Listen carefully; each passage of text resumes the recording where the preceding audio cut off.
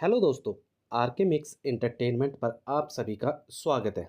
दोस्तों, क्या आपने कभी सोचा है कि हर साल हम रावण को जलाते हैं, मगर हमारे अंदर के रावण को कौन जलाएगा। हर साल दशहरा आता है, हम नारे लगाते हैं जय श्री राम, लेकिन क्या आपने सोचा है इसका असली मतलब क्या है। दोस्तों, इससे जुड़ी पूरी जानकारी आपको मैं बताऊंगा, लेकिन आप कमेंट सेशन में जय श्री राम लिखना ना भूलें।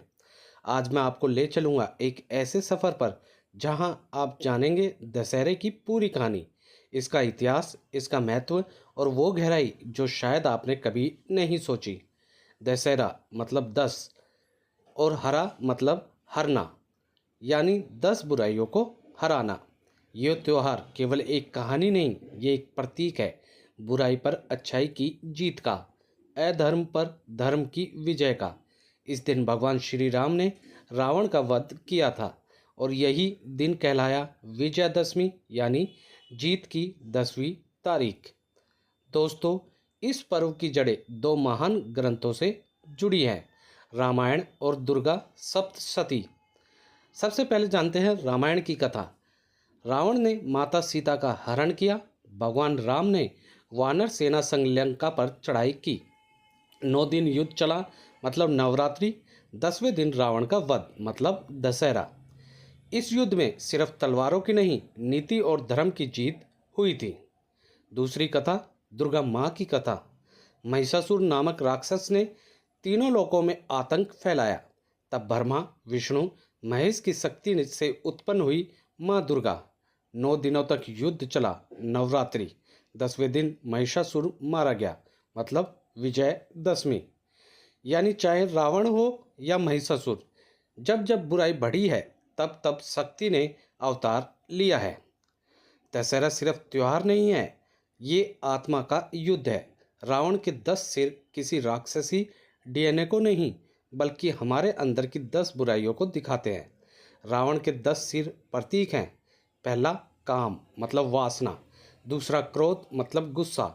तीसरा लोभ, लालच, मोह, अंध लगाओ, अंधकार, अहंकार, घमंड। अगला ईर्ष्या, आलस्य। उससे अगला, मतलब 8वां मद, नशा या अहंकार कह लीजिए, द्वेष। और 10वां आखिरी, अज्ञान। जब हम हर साल रावण का पुतला जलाते हैं, तब असली सवाल ये है, हम अपने अंदर का रावण जला पाए या नहीं। मतलब 10 सिरों के साथ इन सभी बुराइयों को हम मिटा पाए या नहीं। भारत की खूबसूरती यही है, एक ही पर्व को 100 रंगों में मनाते हैं। उत्तर भारत में कैसे मनाते हैं दशहरे को, वो जान लेते हैं। रामलीला और रावण दहन 10 दिन तक होती है।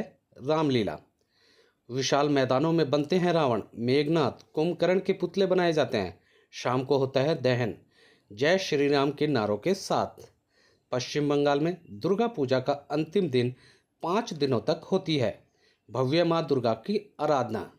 10वें दिन विजयदशमी, माँ को विदाई दी जाती है। महाराष्ट्र में सोने के पत्तों का आदान प्रदान, लोग शमी वृक्ष के पत्तों को सोना मानकर एक दूसरे को देते हैं। कहते हैं इससे समृद्धि आती है। दक्षिण भारत, बोमई कोलू, महिला देवी की मूर्तियां सजाती हैं। बोमई कोलू, घरों में गीत, भोजन, सजावट, एक पारिवारिक उत्सव।